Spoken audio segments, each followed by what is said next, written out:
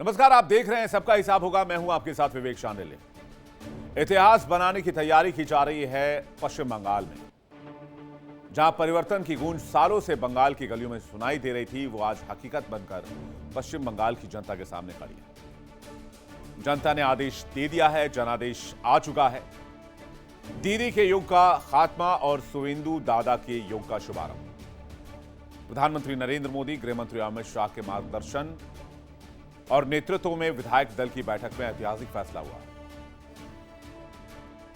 लोकप्रिय नेता सुवेंदु अधिकारी को सर्वसम्मति से विधायक दल का नेता चुना गया। लेकिन सिर्फ एक पद नहीं है, बल्कि बंगाल की उस जनता की जीत है जो सालों से असल परिवर्तन का इंतजार कर रहे थे। जिस सुवेंदु अधिकारी के हाथ में बंगाल की कमान दी गई है, जरा उनसे भी आपका परिचय करवा देते हैं। सुवेंदु अधिकारी का जन्म 15 दिसंबर 1970 को हुआ। मेदिनीपुर जिले का कारकुली इलाके में उनका जन्म हुआ। विरासत में मिला। पिता शिशिर अधिकारी बड़े राजनेता रहे, तो विरासत में राजनीति मिली। अगर शिक्षा की बात की जाए तो रविंद्र भारती विश्वविद्यालय से एमए किया। तालमुख लोकसभा सीट से सांसद 2009 में बने। फिर 2014 में तालमुख लोकसभा सीट से दोबारा चुने गए। 2016 में नंदीग्राम विधानसभा का चुनाव जीता। ममता सरकार में मंत्री रहे और टीएमसी का प्रमुख चेहरा भी रहे। लेकिन करियर में एक बड़ा मोड़ तब आया जब दिसंबर 2020 में उन्होंने टीएमसी का साथ छोड़ दिया और वो बीजेपी में शामिल हो गए। फिर 2021 में नंदीग्राम से ममता बनर्जी को हराकर विधायक बने और 2026 में नंदीग्राम और भवानीपुर दोनों जगह से सुवेंदु अधिकारी जीतने में कामयाब हुए और भवानीपुर सीट से भी इस बार ममता बनर्जी को हरा दिया। तो बीजेपी के हिंदू पथ और राष्ट्रवाद की लहर ने टीएमसी के वोट बैंक को पूरी तरीके से हिला दिया। जो वोट कभी टीएमसी की ताकत थे, आज वो बीजेपी के खाते में शिफ्ट हो गए हैं। ये मोदी शाह की रणनीति और सुवेंदु दादा के जमीनी संघर्ष का नतीजा बताया जा रहा है, जिसे बंगाल में टीएमसी के साथ खेला हो गया। अब आपको बताते हैं टीएमसी के बंगाल को कैसे भगवा बंगाल में बदला गया और किस पार्टी को कितनी सीटें आई 2026 के रिजल्ट में। बीजेपी को 206 सीटें मिली, जो भी अप्रत्याशित रही। बीजेपी के बड़े बड़े धुरंधर भी 206 सीटों की उम्मीद नहीं कर रहे थे। टीएमसी की बात करें तो टीएमसी लुढ़ककर 81 सीटों पर आ गई। कांग्रेस की बात करें तो 2 सीटें कांग्रेस के खाते में गई और अदर्स के खाते में 4 सीटें आई नतीजों के बाद। तो बंगाल में खेला हो गया और टीएमसी का वोट घटता चला गया, बीजेपी का वोट बढ़ता चला गया। बीजेपी को 40, टीएमसी को 40.8% वोट मिले, तो लगभग 7.14% वोट जो है वो डिक्लाइन कर गया और 135 सीटों का नुकसान 2021 के मुकाबले 2026 में टीएमसी को हुआ। जबकि बीजेपी को 45.8% वोट मिले और वोट प्रतिशत 7.87% बढ़ा, जबकि इसी अनुपात में सीटें बढ़ी 131। बंगाल पूरी तरीके से अब बीजेपी के रंग में रंग रहा है। जहां भगवा लहराने के लिए बकौल बीजेपी उन्होंने बहुत संघर्ष किया, अनगिनत कार्यकर्ताओं ने बलिदान दिया और तब जाकर उन्हें यह कामयाबी मिली। हिंदुस्तान के कई राज्यों की तरह बंगाल में भी अब बीजेपी एक मजबूत पार्टी बन चुकी है। लेकिन यह मजबूती यूं ही नहीं आई, एक लंबा संघर्ष का दौर रहा। कैसे, आइए देखते हैं। बीजेपी ने 1951 में अगर आप देखें तो 6% वोट के साथ सफर की शुरुआत की। 1957 में 1% वोट, 72 में लुढ़ककर 0.19% वोट पर चले गए। 1977 में जनता पार्टी को 20% वोट मिला, लेकिन 1982 आते आते लुढ़ककर 0.58% वोट तक गिर गए। 2011 में 4% वोट हासिल हुआ। 2016 में 10% वोट हासिल हुआ। 2021 में 38% वोट हासिल हुआ, जबकि 2026 में 46% वोट हासिल करके बीजेपी ने इतिहास रच दिया। सुवेंदु अधिकारी के नेतृत्व में बंगाल विकास और सुशासन की नई ऊंचाइयों को छुएगा, ये तो वक्त बताएगा। लेकिन सत्ता परिवर्तन हो चुका है, तो क्या बंगाल के गौरव की वापसी होगी? क्या बाकी राज्यों की तरह बीजेपी यहां भी सांस्कृतिक विरासत, महिलाओं को केंद्र में रखकर ही शासन चलाएगी, या फिर बीजेपी यहां पर दूसरी तरह के शासन का परिचय देगी? 98 करोड़ 47,75,000 लोगों का भगवा पर भरोसा। बंगाल की जीत के साथ यह आंकड़ा 100 करोड़ के पार चला गया है और धीरे धीरे बीजेपी की लोकप्रियता दिन दुगनी और रात चौगुनी होती जा रही है। उत्तर से दक्षिण तक, पूर्व से पश्चिम तक, हालांकि दक्षिण तक अभी बहुत ज्यादा नहीं, कर्नाटक तक तो पहुंच गए। भारत के आधे से ज्यादा राज्यों में कमल शान से खिलना दिख रहा है। अब हिंदुस्तान के नक्शे को अगर आप देखेंगे तो 78% जनसंख्या पर बीजेपी शासन है। 72% क्षेत्रफल पर बीजेपी की सरकार है, जिसमें हरियाणा है, दिल्ली है, राजस्थान है, गुजरात है, मध्य प्रदेश है, महाराष्ट्र है, गोवा है, उत्तराखंड है, उत्तर प्रदेश है, बिहार है, सिक्किम है, मेघालय है, अरुणाचल प्रदेश है, नागालैंड, मणिपुर, असम, त्रिपुरा, पश्चिम बंगाल, ओडिशा भी जुड़ गए हैं, छत्तीसगढ़, आंध्र प्रदेश और पुदुचेरी। हिंदुस्तान के अन्य राज्यों की तरह अब बंगाल में तुष्टीकरण का मामला रहेगा या फिर सबका साथ सबका विकास का मंत्र गूंजेगा? आज इसी मुद्दे पर करेंगे सबसे बड़ी बहस, सबका हिसाब होगा। लेकिन पहले एक रिपोर्ट देखते हैं।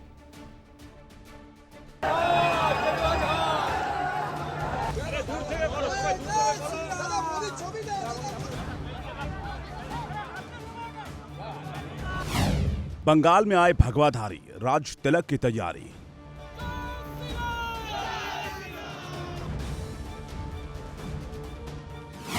पश्चिम बंगाल में सनातनी सरकार, फॉर्मूला तैयार। शुवेंदु बने बंगाल के अधिकारी, ताजपोशी की बारी।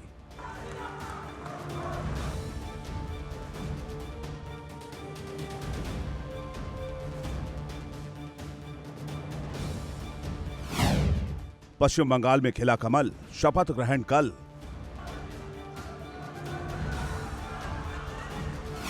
बंगाल में दीदी युग का अंत, दादा युग आरंभ। बंगाल का होगा कायाकल्प, बीजेपी का संकल्प।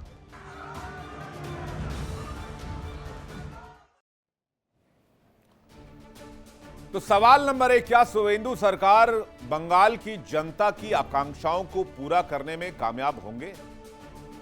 सवाल नंबर 2, क्या बंगाल का भविष्य बेहतर कर पाएंगे शुवेंदु अधिकारी? सवाल नंबर 3, घुसपैठियों का क्या होगा जिनको लेकर गृह मंत्री ने प्रॉमिस किया? सवाल नंबर 4, क्या कम्युनल वायलेंस के दौर से बंगाल को निकाल पाएंगे? जो चरित्र रहा है बंगाल की राजनीति का, क्या उसको सुधार पाएंगे जिस रक्त रंजित चरित्र की बात बंगाल में की जाती रही है?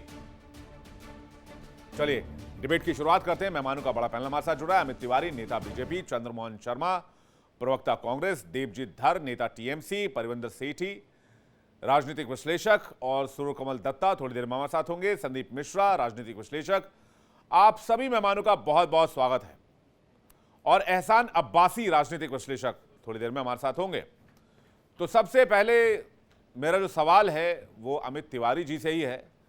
अमित तिवारी जी, बहुत लंबी दूरी तय करनी है और बहुत सारे काम करने हैं बंगाल के अंदर, तो ये बात तो फाइनल हो गई कि भाई शुवेंदु अधिकारी सीएम बनेंगे। मैं ये जानना चाहता हूं कि बीजेपी का फोकस अगले 1 साल 2 साल में किस जगह पर रहेगा, ज्यादा किस एरिया पर ज्यादा रहेगा, या फिर आप भी बदले की राजनीति ही करेंगे? विवेक जी, सर्वप्रथम तो धन्यवाद मुझे बुलाने के लिए और समय देने के लिए। देखिए, जिस तरीके की स्थिति पिछले 15 वर्षों में और उसके पहले भी बंगाल की रही है, निश्चित तौर पे हमारा फोकस ये रहेगा कि किस तरीके से दुर्नीति को, वहां की दुर्नीति को, जो पॉलिटिकल किलिंग्स, वायलेंस, ये सब हुआ करता था, उसको गुड गवर्नेंस से जवाब दिया जाए। महिला सुरक्षा हमारे नीतियों के केंद्र में है। महिलाएं हमारे पॉलिसी मेकिंग, डिसीजन मेकिंग के केंद्र में रहेंगी।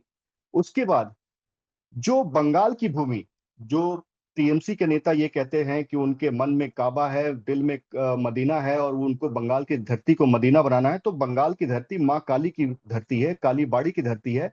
उसको हम काबा बनने नहीं देंगे। ना ही बांग्लादेशी और रोहिंग्या घुसपैठियों के द्वारा किसी को ये कहने देंगे, इतनी हिम्मत हो जाए किसी को ये कहने देंगे कि 10 साल में वहां की बांग्ला भाषा उर्दू में बदल जाएगी, वहां पर अब बांग्ला नहीं बोली जाएगी। तो वहां की संस्कृति की रक्षा करनी है, वहां की भाषा की रक्षा करनी है, और इसके साथ साथ ही जॉब क्रिएशन, शिक्षा का जिस तरीके से वहां पर बुरा हाल है, स्वास्थ्य का वहां पर बुरा हाल है, और जो आपने कहा अपने वक्तव्य में कि क्या जो कम्युनल वायलेंस की जो हिस्ट्री है, आपने देखा जो रक्त रंजित इतिहास किस तरीके से शासन में, जब उत्तर प्रदेश में भाजपा के शासन नहीं था तब किस तरीके से हुआ करता था, बिहार में किस तरीके से हुआ करता था, और आज उत्तर प्रदेश अपनी जीडीपी को 2 ट्रिलियन बनाने की तरफ आगे बढ़ रहा है। बिहार जाना जाता है आज गुड गवर्नेंस के लिए, सुशासन के लिए।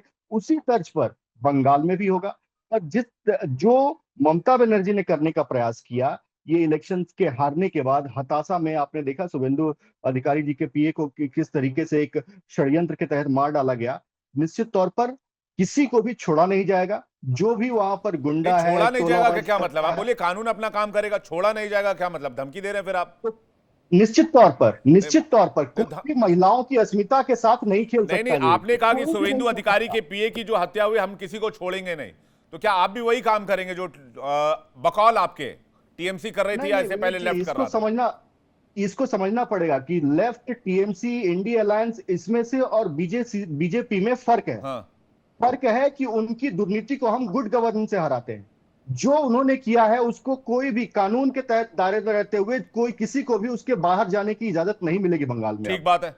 जो खुला छूट दिया जाता था दंगाइयों को, जो खुला छूट दिया जाता था टोलाबाजों को, जो खुला छूट दिया जाता था उनके गुंडों को, वो अब नहीं मिलेगी। अब पुलिस के हिसाब से चलना पड़ेगा, वहां पर कानून के हिसाब से चलना पड़ेगा, संविधान का राज होगा वहां पर, ना ही किसी रोहिंग्या और बांग्लादेशी के हिसाब से चलना पड़ेगा। मतलब आप ये कह रहे हैं टीएमसी रोहिंग्या और बांग्लादेशियों के हिसाब से चलती थी। एहसान अब्बासी जी, क्या आपको ऐसा लगता है? और बंगाल में क्या बदलेगा बीजेपी की सरकार के बाद? विवेक जी, मैं आ रहा हूं। अमित तिवारी जी, एक सेकंड समय दीजिएगा, बहुत समय आराम से डिबेट करेंगे। आ रहा हूं वापस आपके पास। एहसान भाई। बिस्मिल्लाहिर्रहमानिर्रहीम। जय हिंद, वंदे मातरम, भारत माता की जय। जय। पहले मैं 4 लाइन कह दूं, ये दुनिया है जनाब, यहाँ खुरापात जरूरी है।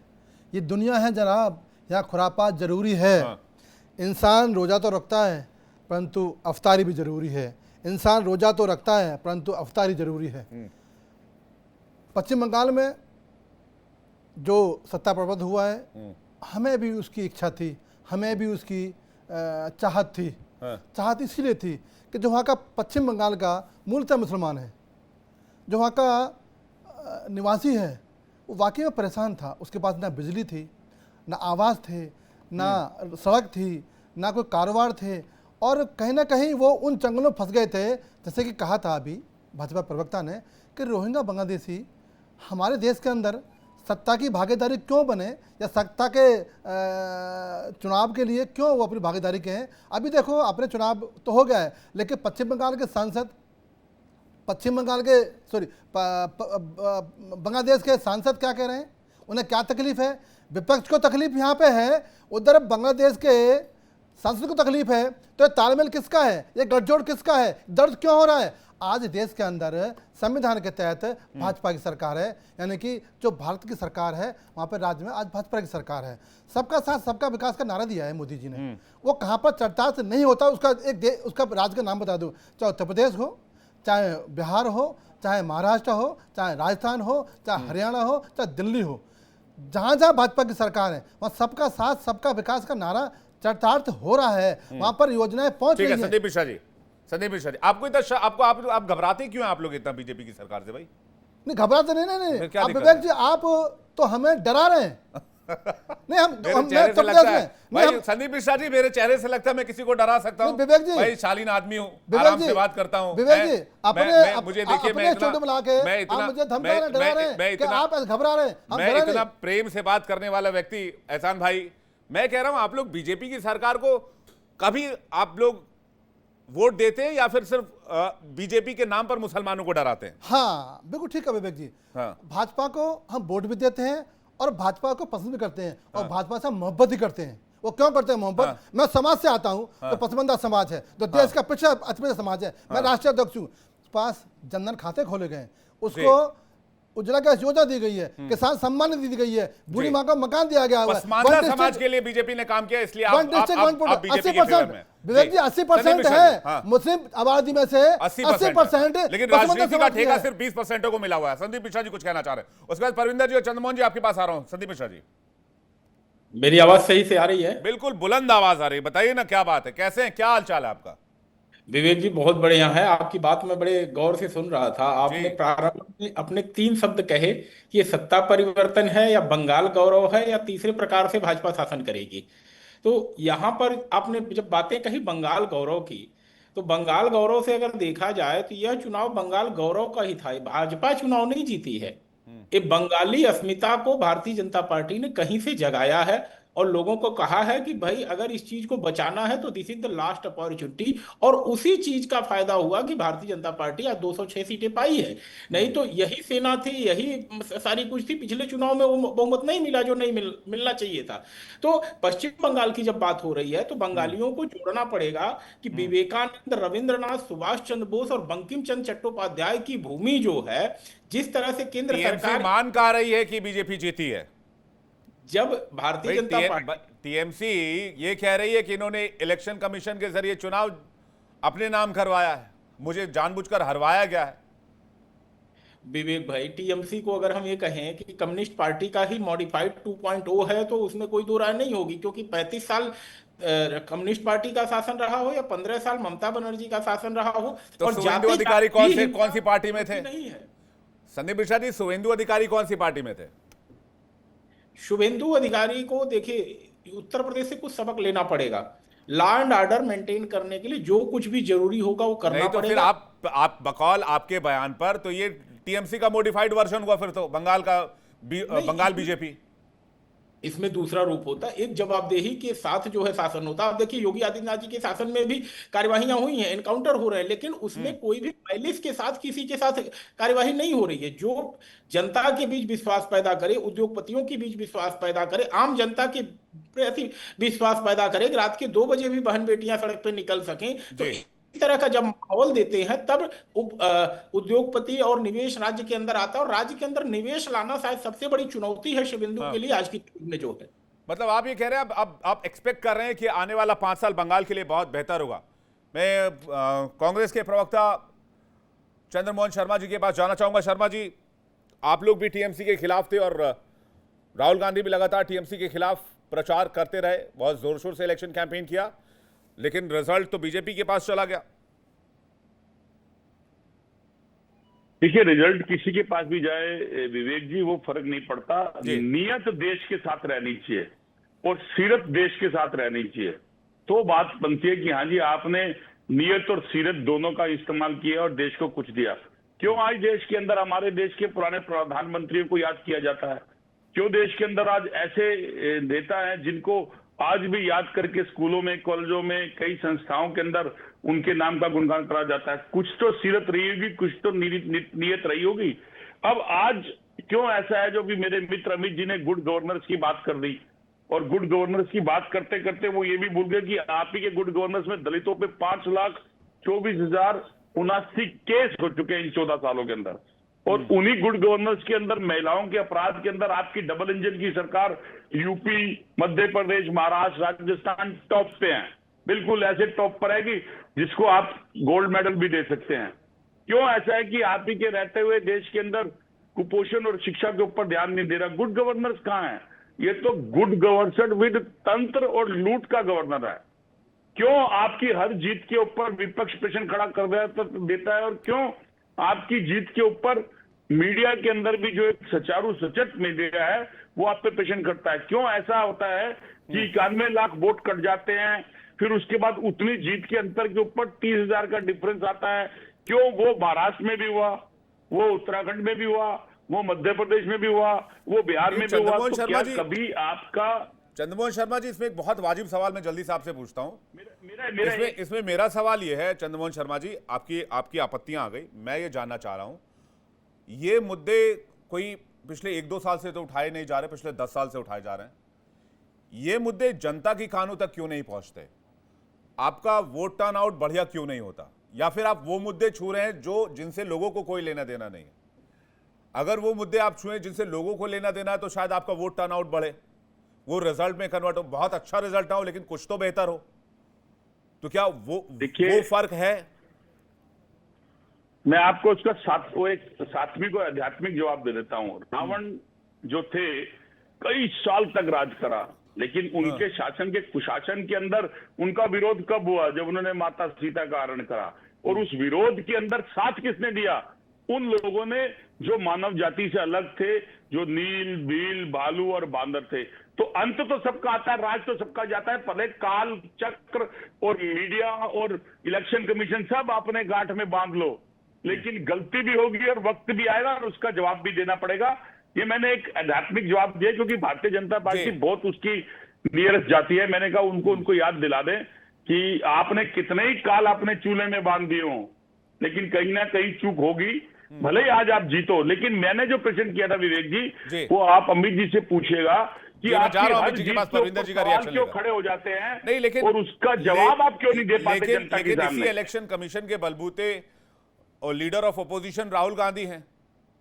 कांग्रेस पार्टी जो है वो मजबूत तरीके से वापसी करती है 2024 के इलेक्शंस में, यही इलेक्शन कमीशन है।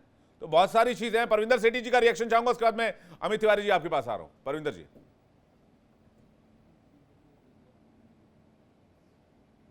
माइक चेक कीजिएगा।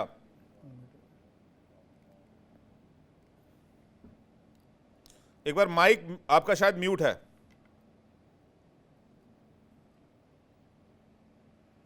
परविंदर जी आवाज आ रही है आपको? हाँ जी, हाँ जी, आ रही है। बोलिए आइए आवाज। ठीक। हाँ, मैं ये कहता हूँ कि भारतीय जनता पार्टी ने एक एक करके पूरे देश के अंदर सभी राज्यों के अंदर ऑलमोस्ट जीत हासिल करी, और उनकी कामयाबी की जो बड़ी वजह रही है उस पार्टी का डिसिप्लिन, उसकी स्ट्रेटेजी, उसकी प्लानिंग और उसकी एडमिनिस्ट्रेशन, जिसको कोई और पार्टी मैच नहीं कर पाई। लेकिन मैं सबसे बड़ी बात ये जानना चाहता हूं कि जहां पे भारतीय जनता पार्टी का राज है, क्या वहां पे पूरी तरह से शांति हो गई है? क्या पूरी तरह से वहां पे प्रोग्रेस हो रही है? क्या गरीब आदमी को रोजगार मिल रहा है? क्या स्वास्थ्य पूरी तरह से स्वास्थ्य सुविधाएं मिल रही हैं? क्या शिक्षा उस हिसाब से मिल रही है? देखिए, सबसे बड़ी बात यह है कि वेस्ट बंगाल के अंदर भारतीय जनता पार्टी का जीतना एक बहुत बड़ा इतिहास है, जिसके लिए भारतीय जनता पार्टी के बड़े बड़े नेता भी इस बात को मानते थे कि बाकी सारी स्टेट्स में भारतीय जनता पार्टी आ जाए, लेकिन वेस्ट बंगाल में नहीं आएगी। लेकिन वहां पे झंडा गाड़ने के बाद उनके पास एक नए चैलेंज आते हैं, क्योंकि वहां का जो लॉ एंड ऑर्डर है उसको संभालना, जिस प्रकार जम्मू कश्मीर के अंदर भारतीय जनता पार्टी ने जीत हासिल करी है, वेस्ट बंगाल भी एक बड़ा चैलेंज रहने वाला है। और मैं ये समझता हूं कि उस स्टेट की प्रोग्रेस, अगर भारतीय जनता पार्टी की डबल इंजन की सरकार है, तो वहां पे एक तो पूरी तरह से शांति होनी चाहिए, लोगों को रोजगार मिलना चाहिए। तो बहुत परविंदर जी, बहुत काम बाकी है। मुझे लगता है अभी ये तो स्काई इज द लिमिट वाली बात है, लेकिन जो एलिगेशंस कांग्रेस की तरफ से लगाए गए हैं, या फिर जो सवाल एहसान जी ने भी पूछा है, जो बात उन्होंने कही है, मैं अमित तिवारी जी से जवाब चाहूंगा। अमित तिवारी जी। विवेक जी, देखिए, मैं सुन रहा था कांग्रेस प्रवक्ता की बात को। उन्होंने कहा कि विपक्ष हर इलेक्शन में भारतीय जनता पार्टी की जीत को क्यों नकारता है। उन्होंने कब उसको एक्सेप्ट किया है कि हाँ, भारतीय जनता पार्टी ने सही तरीके से जीता है? कहीं एक्सेप्ट नहीं किया है। जहां जहां वो जीते हैं वहां वहां लोकतंत्र की जीत होती है, जहां जहां वो हार जाते हैं वहां वहां लोकतंत्र की हार होती है। जहां जहां सुप्रीम कोर्ट उनके पक्ष में फैसला देता है तो सुप्रीम कोर्ट बहुत अच्छा है, जहां जहां सुप्रीम कोर्ट उनके पक्ष में फैसला नहीं देता तो सुप्रीम कोर्ट बहुत खराब है। तो इनकी तो आदत है हर मुद्दे पर सत्ता को घेरना, और वो काम कर रहे हैं, वो अपना करते रहे। दूसरी बात, इन्होंने कहा कि इसी के साथ एक जोड़ता हुआ आपको बात बताता हूं। अभी लोकसभा विधानसभा इलेक्शन में बंगाल के टॉप 10 विधानसभा में, जहां पर सबसे ज्यादा एसआईआर में नाम कटा हुआ था, वहां पर सबसे ज्यादा जीत 10 टॉप 10 सीटों में से 8 में टीएमसी जीती है। आप बताइए कहां पर जो इनका जो ये पूरा थ्योरी है वो कहां स्टैंड करता है।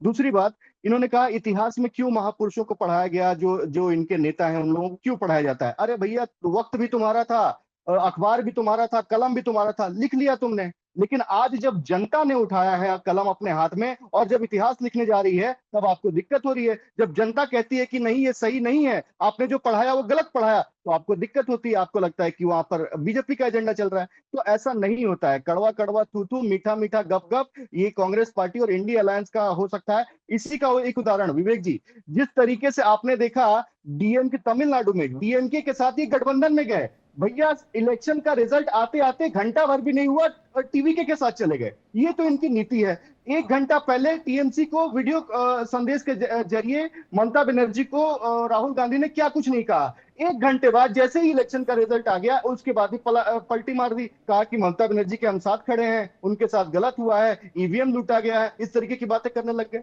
अरे भैया पहले आप तय करो कि आप करना क्या चाहते हैं। आपको सत्ता के साथ लड़ना है या आपको अपने आप में लड़ना है, ये तो दिख ही रहा है हम सबको। जिस तरीके से इंडिया अलायंस की थुथु हुई है। और एक बात कहते हैं, ये सब मिल भी जाए ना तो 0 + 0 0 ही होता है विवेक जी। बहुत ज्यादा उस आंकड़े में कोई फर्क आने वाला नहीं है। बात तो ये सब एक हो जाए, ये तो बड़ी बात भैया, 0 + 0 कह दिया भाई साहब, मैं तो ना सुनता।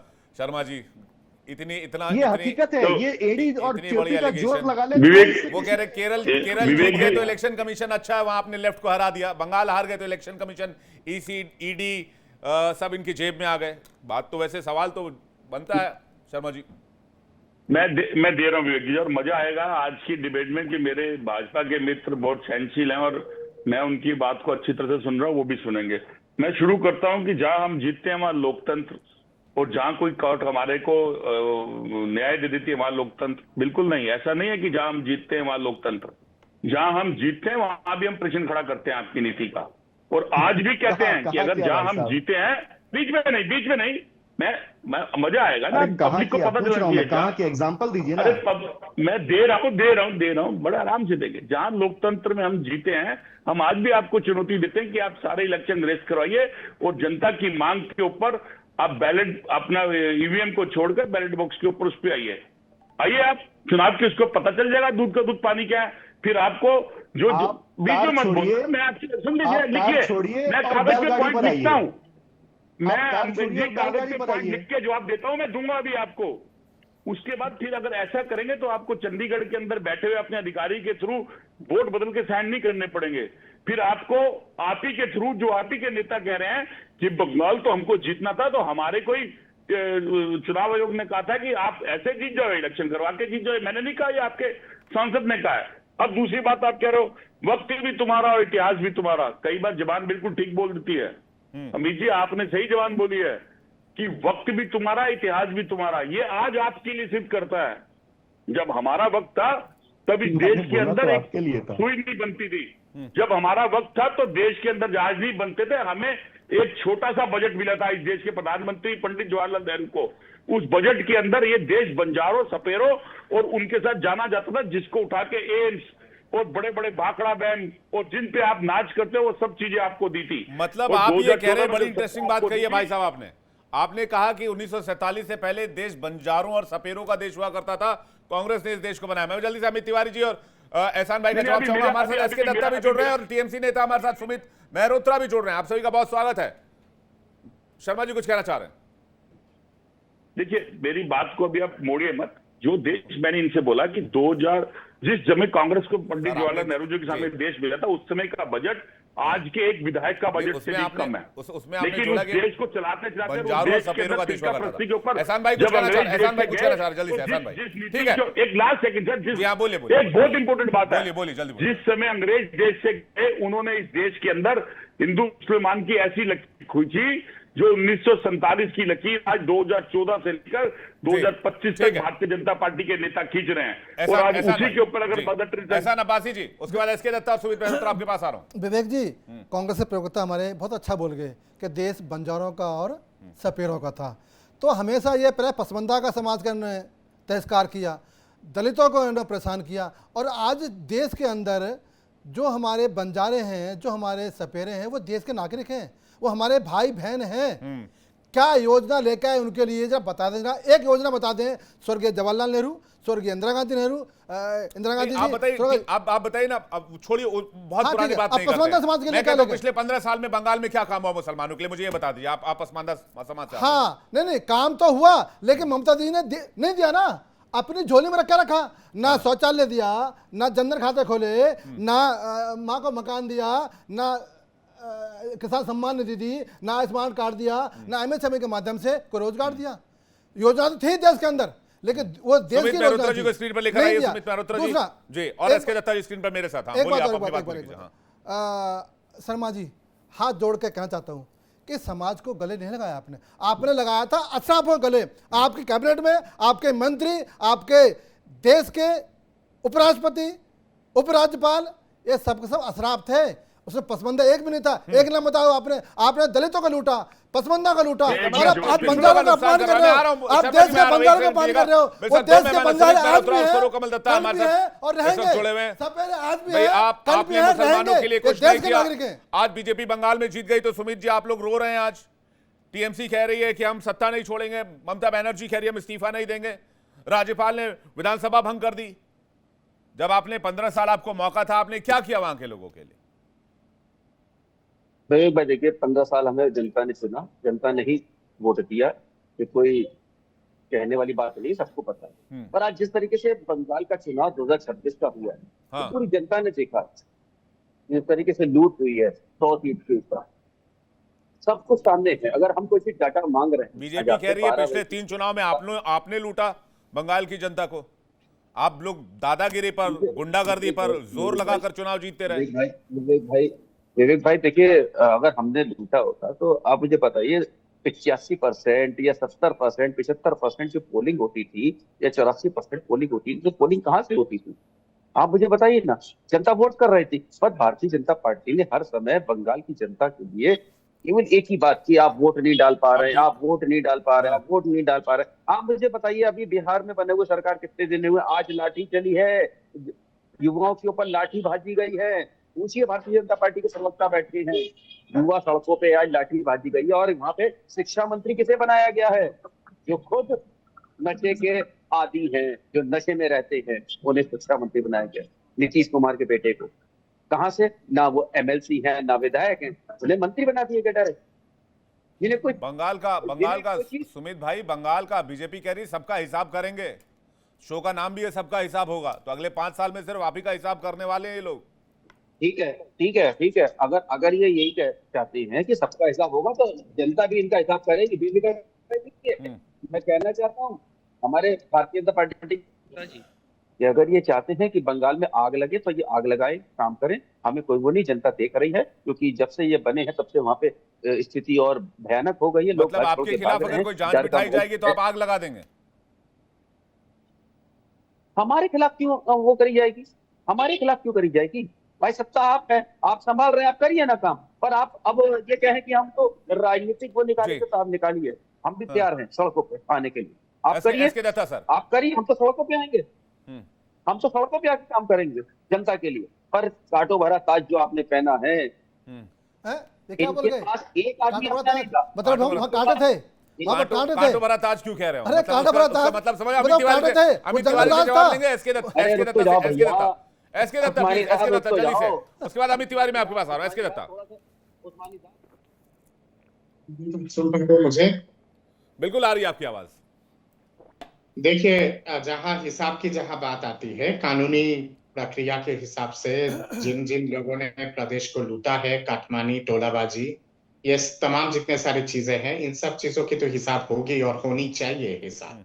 इसके साथ साथ आरजीगढ़, संदेशखाली, दुर्गापुर, हाजरा लॉ कॉलेज, ये फिर धुलियान, मुर्शिदाबाद, मालदा, शीतलकुची, तमाम जितने सारे जगहों पे महिलाओं के ऊपर बर्बरतापूर्ण अत्याचार हुआ है, उनके हिसाब तो होगी, कानून के हिसाब से होगी। कमीशन बैठेगा, जुडिशियल कमीशन बैठेगा रिटायर्ड जज के माध्यम से।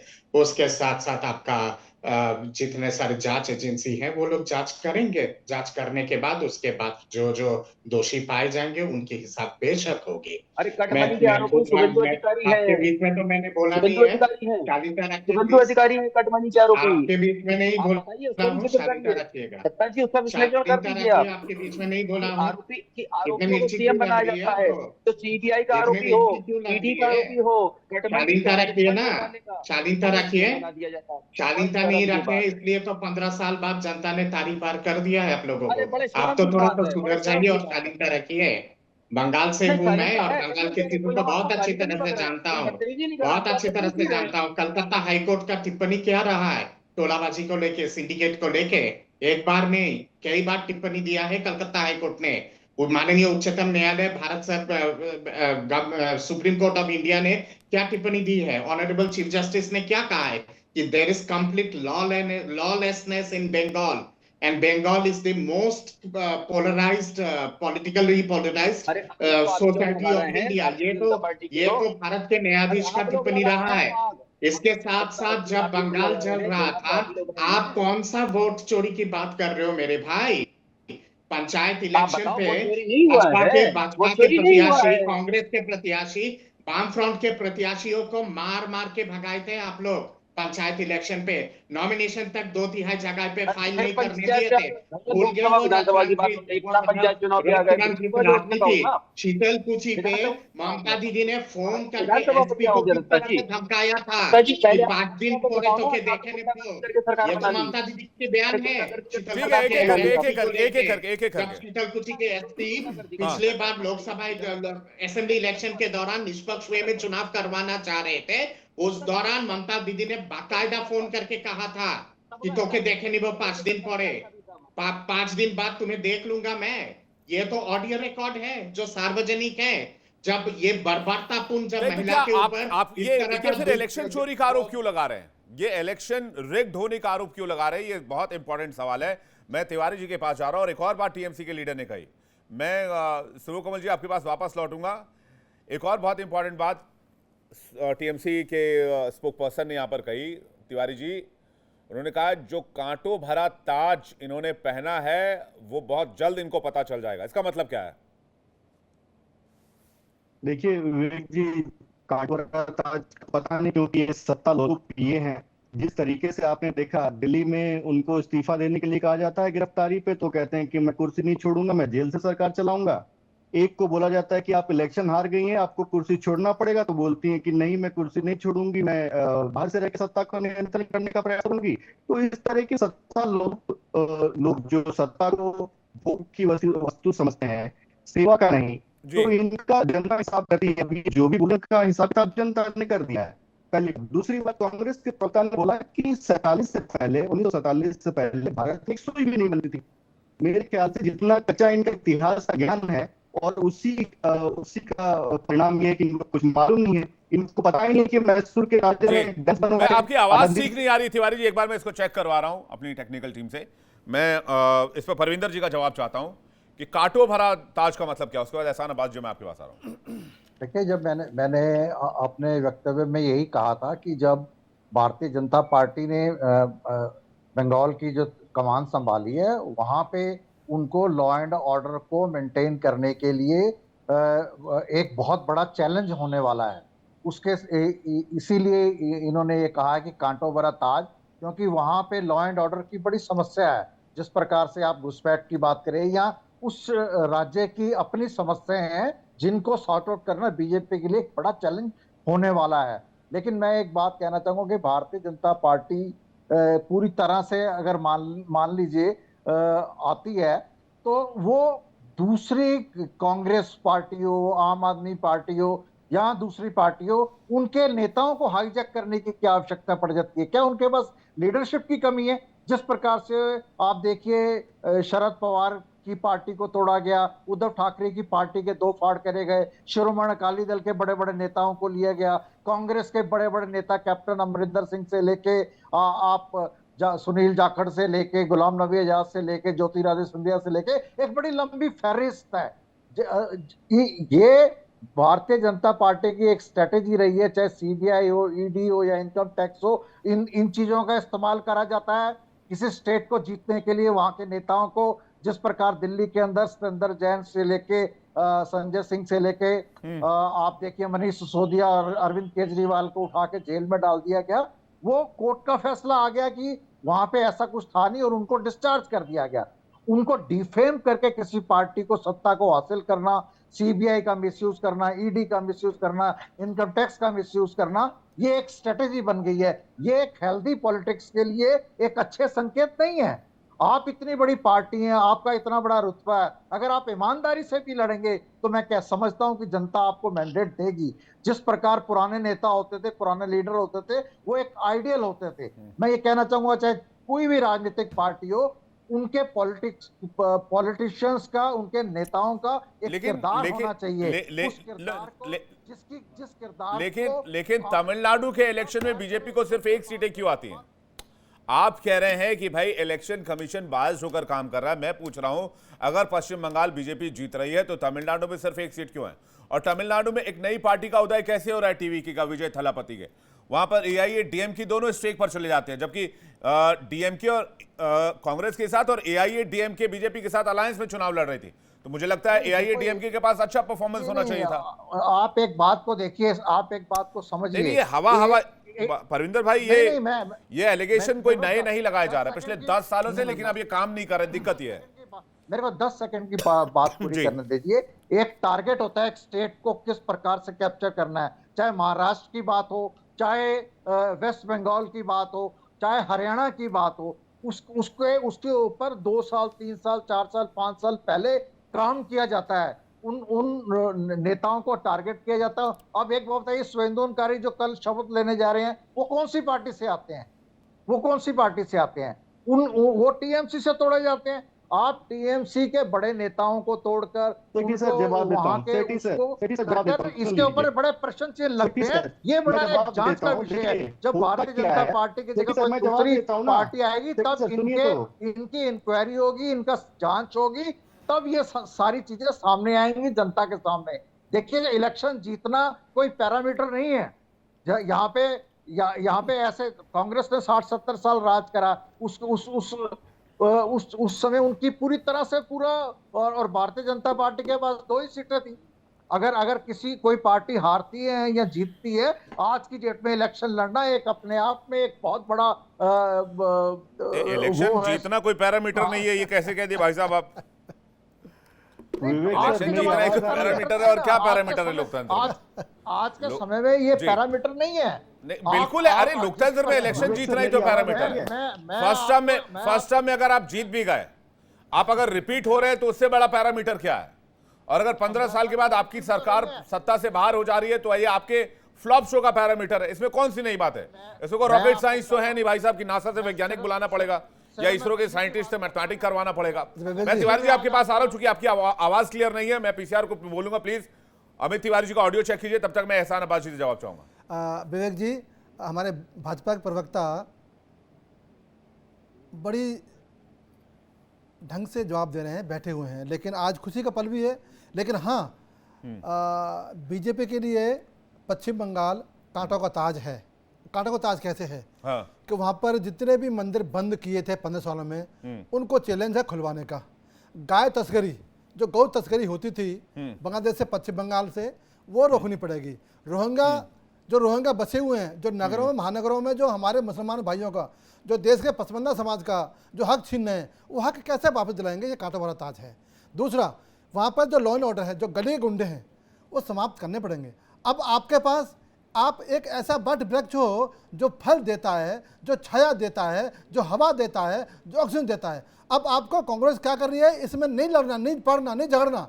कांग्रेस जो करेगी उसकी मत है, उनका अपना मत है। उसके बाद बहुत बड़े नेता हैं, बड़े पुराने नेता हैं, 70 साल राज किया है, वो आपसे ज़्यादा राजनीति जानते हैं, लेकिन आपको ये नहीं करना। अब आपको जो कांटा भरा ताज है, उसमें फूल लगाने हैं, मोहब्बत के फूल, प्यार के फूल, धर्म के फूल, एकता के फूल, इस्लाम के फूल, सनातन के फूल, सिखिज्म के फूल, ये सारे ईसाई के फूल, ये फूल लगाकर इस ताज को अपने उत्तम ताज बनाना है। क्योंकि पश्चिम बंगाल देश का मुकुट है, जहाँ पर योद्धा, जहाँ पर राजनेता और जहाँ पर तपस्वी पैदा हुए और जहाँ पर देश के बलिदानी पैदा हुए, उस कांटे भरे ताज को जो आपने पहना है, जो जनता ने सौंपा है, उसको आपको एक गुलदस्ता बनाना है, मोहब्बत का, प्यार का, एकता का और गंगा जमुनी तहजीब का। ये है। और सरदार जी, मैं आपको नमस्ते सत श्री अकाल करता हूँ। 84 का दंगा शायद आपको याद नहीं होगा। सिख सरदारों के गले में जलते हुए टार किसने डाले थे, वो भूल गया। मुझे याद क्यों नहीं होगा? मुझे बोलने दो, मुझे बोलने दो, एक सेकंड वीर जी, क्यों नहीं याद होगा? 5 मिनट कर दो, मैंने 1 मिनट कर दो, 1 मिनट कहना, एक मिनट। वो दिन मैंने याद है कि जड़े सरदारा के बच्चे से गले के टायर किसने डाले सी और कौन बचा रहा सी? और कौन तानू अग लगा रहा सी आज परिवार सारे मिट गए वो कांग्रेस का याद है जी पंजाबी भी बोलते मैंने तो बताया, मैं कांग्रेस का और फिर जी प्रवक्ता कांग्रेस नहीं का हूं। समय सानू याद हैगा ਤੁਸੀਂ कह रहे हो ना इस सीबीआई ਤੁਹਾਡੇ ਕੋਲ है ईडी ਤੁਹਾਡੇ ਕੋਲ है ईडी ਤੁਹਾਡੇ ਕੋਲ है देखिए मैं देखिए सीबीआई थोड़ा ਤੁਹਾਡੇ कोल सा है विषय अंतर और पहले भी सीगी सीबीआई आज भी सीबीआई है और पहले भी सीगी के बारे में मत थोड़ा सा बताइए। विषय अंतर हो रहा है, आप थोड़ा सा मुझे विषय अंतर हो रहा है। मैं वापस टॉपिक पर आता हूं। 84 को हमने अपने सीनों पे झेला और 40 बिल्कुल सही साल बात है लड़ाई परविंदर करी है। जी, 40 मेरी साल पूरी लड़ाई संवेदनाएं करी आपके है। साथ है। आज सज्जन कुमार मैं- जेल में है मैं- तो उसके बिल्कुल, पीछे बड़ी बिल्कुल। लड़ाई अगर करी झेला है। होता ना मैं- तो पंजाब मैं- दे दिया होता आपने पंजाब को नहीं दिया आपने भाजपा को मैं- आपने पंजाब कांग्रेस को दिया आपने एक सेकंड, थोड़ा पंजाब विषय अंतर हो उसको रहा है। दिया अभी पश्चिम बंगाल की तरफ वापस लौटते हैं। केजरीवाल हाँ। आपने भाजपा को नहीं दिया एसके दत्ता सर। क्या करने किया चाहे गुरु साहब का ग्रंथ को एसके दत्ता सर के पास आ रहे हैं। अमित तिवारी जी का ऑडियो चेक हो गया हो तो प्लीज पीसीआर मुझे कंफर्म कीजिएगा। एसके दत्ता सर मैं वापस लौट रहा हूं। एसके दत्ता सर, आखिर क्या वजह है कि विपक्ष किसी भी जीत को हजम नहीं कर पाता है? आप इसी इलेक्शन में ले लीजिए, जैसे मैंने तमिलनाडु का एग्जांपल दिया, आप केरल का एग्जांपल ले लीजिए। यूडीएफ जिन्होंने कांग्रेस के साथ अलायंस किया था, कांग्रेस बहुत बड़ी पार्टी बनकर निकली दोबारा से केरल में और वो सरकार बनाने जा रहे हैं। केसी वेणुगोपाल का नाम जो चर्चा में चल रहा है एज अ सीएम फेस। तो यही इलेक्शन कमीशन है ना, सिस्टम यही है, ईवीएम भी यही है। तो फिर ये डिफरेंस क्यों है, ये फर्क क्यों है कि एक जीत है और दूसरी जीत ईडी की और इलेक्शन कमीशन की साजिश है?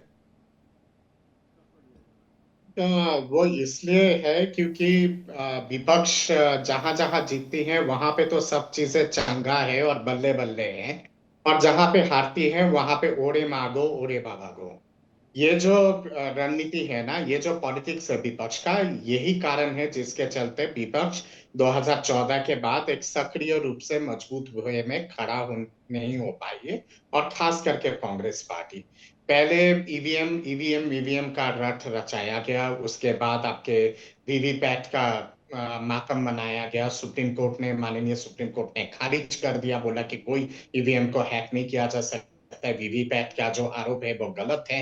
इसके साथ साथ पेपर बैलेट के बारे में फिर लेके आए, पेपर बैलेट पे सुप्रीम कोर्ट ने खारिज किया वो चीज को।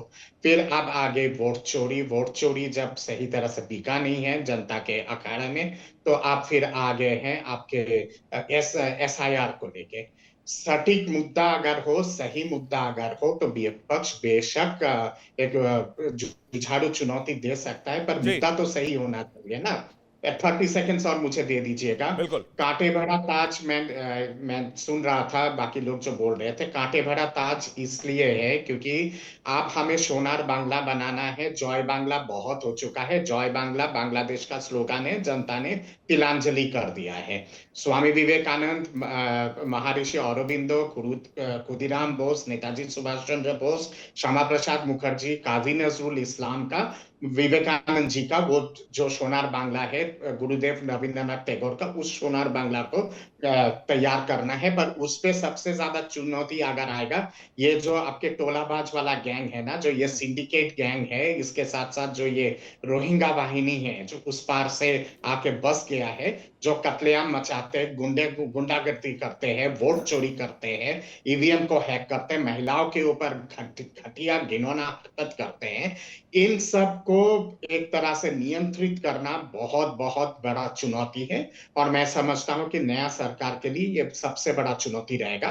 पर उस पे एक कठोर प्रशासन की आवश्यकता है। जहां पे फूल से, कमल से काम चलेगा वहां पे फूल चलेगी, जहां पे लठ बजाना होगा वहां पे लठ बजाने की आवश्यकता होगी, खास करके रोहिंग्या ब्रिगेड के ऊपर, क्योंकि इन लोगों ने बंगाल को बहुत लूटा है, देश को बहुत लूटा है। ये जो अवैध रूप से जितने सारी घुसपैठी है, अब इनका अब और यहाँ पे कोई जगह नहीं है। आपके फरक्का के उस ये एक इंपॉर्टेंट मामला आपने एसके दत्ता सर उठाया, घुसपैठियों का विषय, घुसपैठियों का विषय जो उठाए। बिहार में भी हमने सुना, बिहार इलेक्शन के समय, झारखंड में भी हमने सुना, पश्चिम बंगाल में बहुत जोर शोर से सुना। क्या इस पर वाकई कोई काम होता है? चंद्रमोहन शर्मा जी से इस पर रिएक्शन चाहेंगे। और अगर पश्चिम बंगाल में शुवेंदु अधिकारी की सरकार बन रही है तो उनके सामने ये बहुत बड़ा चैलेंज रहेगा कि वो इस मामले को कैसे टैकल करते हैं। चूंकि गृहमंत्री अमित शाह ने आज पश्चिम बंगाल में कहा है कि एक एक घुसपैठियों को चुन चुनकर बाहर पश्चिम बंगाल से किया जाएगा। चंद्रमोहन शर्मा जी, उसके बाद अमित तिवारी हमारे साथ दोबारा जुड़ गए। तिवारी जी, इसके बाद मैं आपके पास आ रहा हूं।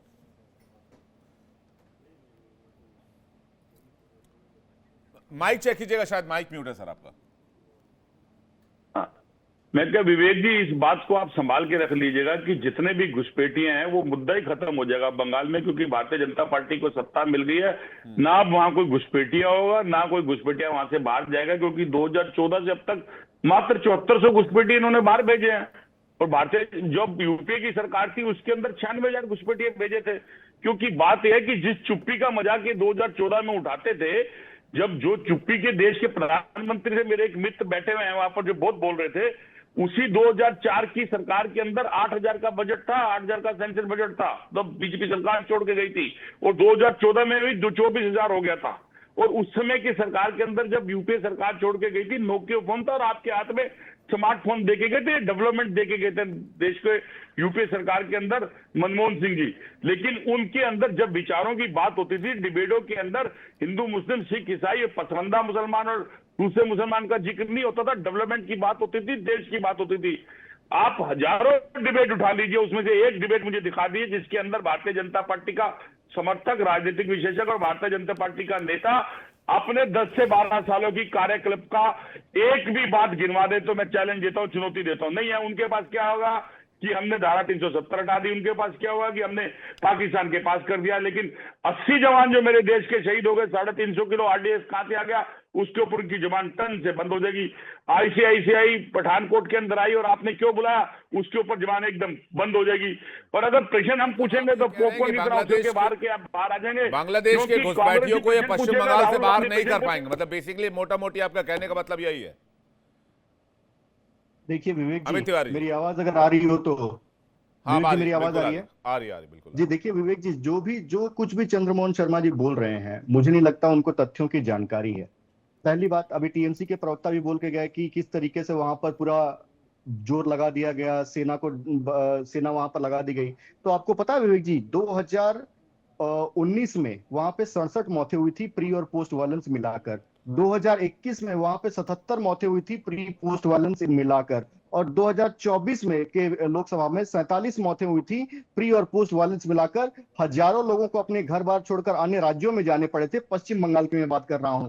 और वहां पर पंचायत इलेक्शंस में 38% सीटें निर्विरोध चुनी जाती हैं, क्योंकि इतना डर होता है लोगों के बीच में कि वो खड़े नहीं होते हैं उस निर्वाचन के लिए। पहली बात। दूसरी बात, बंगाल से सुनिए ना भाई साहब, मैंने आपको टोका नहीं, आप भी सुन लीजिए, मैंने आपको टोका नहीं। तो जिस तरीके से अभी चंद्रमोहन जी बोल रहे थे कि 47 के पहले इस देश में कुछ था ही नहीं। अरे मैसूर के राजा ने एक डैम बनवाए थे, क्या बात कर रहे हैं आप? त्रावणकोर के राजा ने हाइड्रो पावर प्लांट बनवाया था, क्या बात कर रहे हैं आप? चले, मद्रास से चले, मध्य प्रदेश से चले, उत्तर प्रदेश से चले, दिल्ली से चले, वो बंगाल के इलेक्शन जितवा दिया। लेकिन कितने निकले? चंद्रमोहन जी, झूठ बोलने के लिए आपको टोकने की जरूरत नहीं है, आप अपने समय पर अपनी बात को रख सकते हैं, आपको टोकने की जरूरत नहीं है।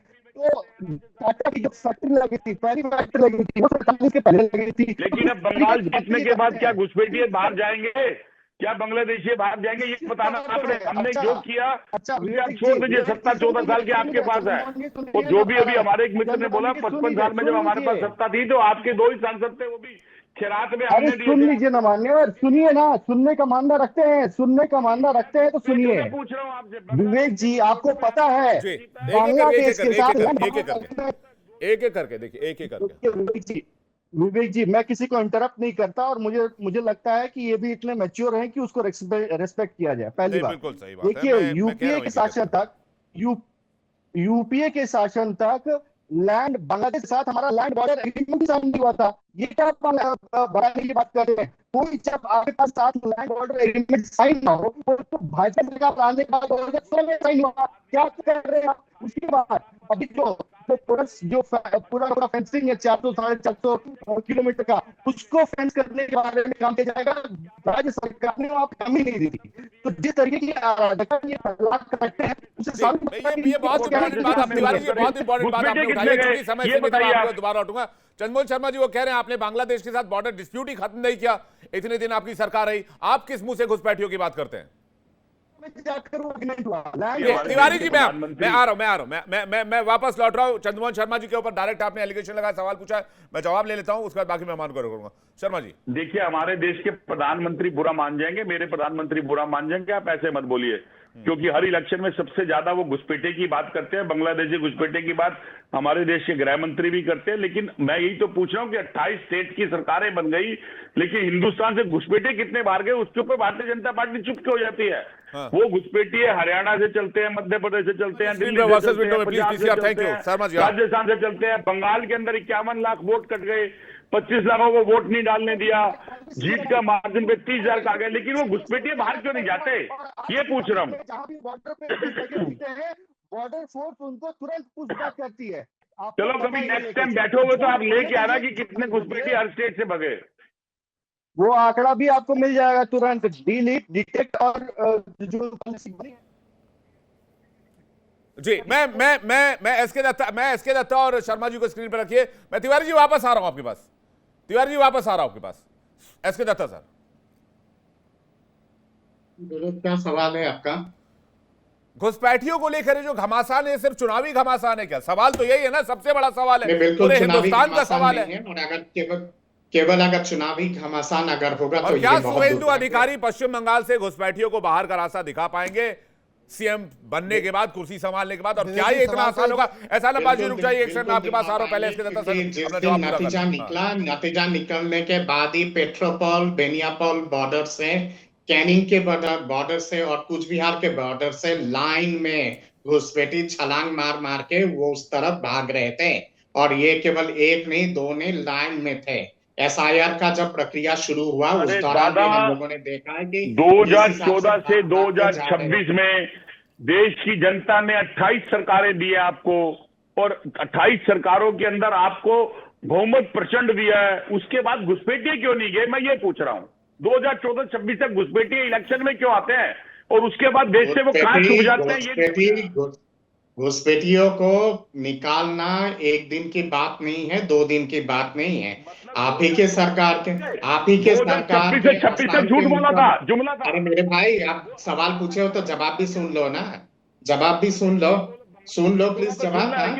आप ही के आसाम के मुख्यमंत्री, भूतपूर्व मुख्यमंत्री तरुण गोगोई, उन्होंने बाकायदा एफिडेविट दिया था सुप्रीम कोर्ट पे, ये कहते हुए कि आईएमडीटी एक्ट जो एक स्पेशल प्रावधान है जिसके माध्यम से घुसपैठियों को रोका जाता है आसाम पे, उन्होंने ऑन रिकॉर्ड कहा था कि आईएमडीटी एक्ट की आवश्यकता नहीं है।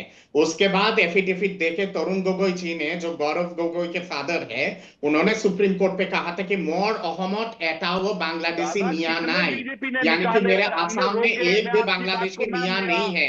जबकि उसी दौरान के गृह मंत्री शिवराज पटेल जी, उन्होंने 28 सरकारें बनाने के बाद हर बार इलेक्शन में बड़े बड़े नेता आप भाजपा के चिल्ला के घुसपैठियों की बात करते हैं, गोली मारो को, पाकिस्तान में जाए, यहाँ करे, तो लेकिन वो भेजे क्यों नहीं? शिवराज पटेल जी जो गृह मंत्री थे यूपीए के, उन्होंने बाकायदा लोकसभा डिबेट पे ऑन रिकॉर्ड कहा था कि पौने 2 करोड़ के आसपास घुसपैठी पूरे भारत में और आसाम में है। और आपके मुख्यमंत्री ने क्या बोला था उस दौरान सुप्रीम कोर्ट पे, तरुण गोगोई जी ने? उन्होंने कहा कि मोर अहमद एटाओ बांग्लादेशी।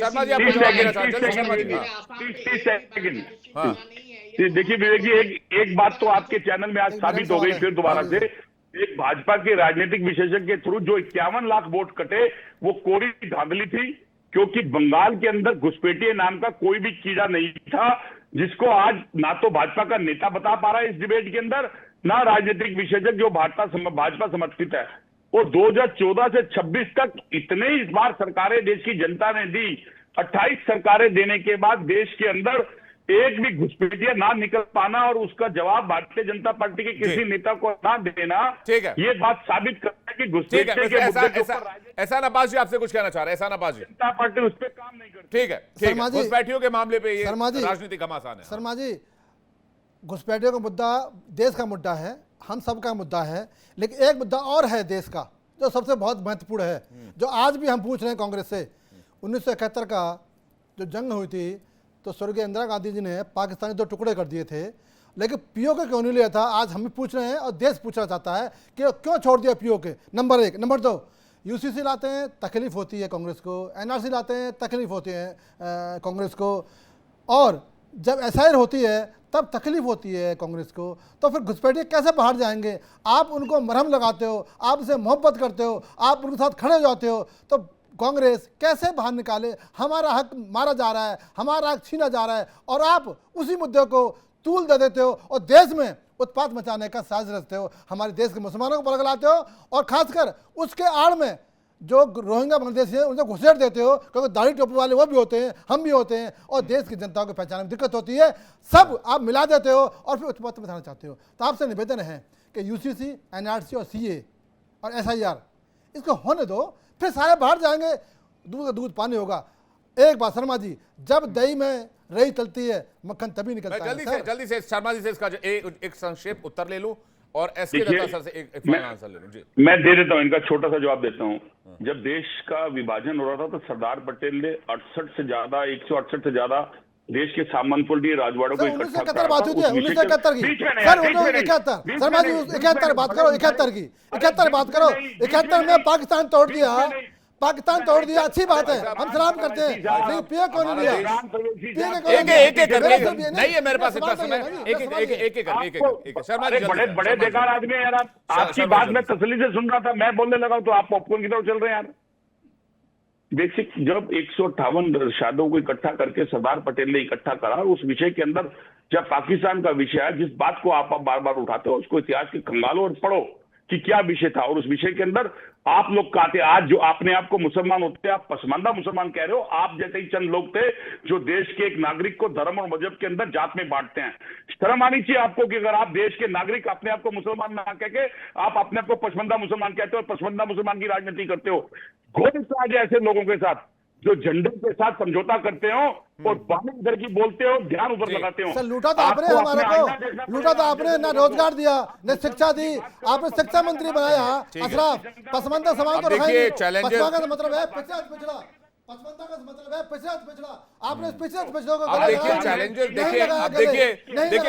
देखिए मैं परेशान सबसे ज्यादा इस बात से, आप लोग पीछे ज्यादा चले जाते हैं, आगे चलने की बजाय पीछे चले जाते हैं। दिक्कत यहां पर है। अब देखिए जो पीछे होना था हो गया, अब आगे के बारे में, भविष्य के बारे में सोचा जाए, और यही सबसे बड़ा चैलेंज अब शुवेंदु अधिकारी के सामने रहेगा पश्चिम बंगाल में। जाना पड़ेगा पीछे। बात सही है आपकी, जख्म गहरे हैं, लेकिन जख्मों पर मरहम लगाना होगा, जख्मों को खुरेदने से कोई फायदा नहीं है। देखिए आप सभी मेहमानों का बहुत शुक्रिया हमारे साथ, और बीजेपी के जो प्रवक्ता हमारे साथ जुड़े थे उनको बहुत बहुत बधाई। उनकी सरकार बनने जा रही, शुवेंदु अधिकारी जो है वो सीएम होंगे पश्चिम बंगाल में। इस खबर पर हमारी नजर आएगी और लगातार अपडेट्स हम आप तक पहुंचाते रहेंगे। तस्वीर भी हम आपको दिखाएंगे।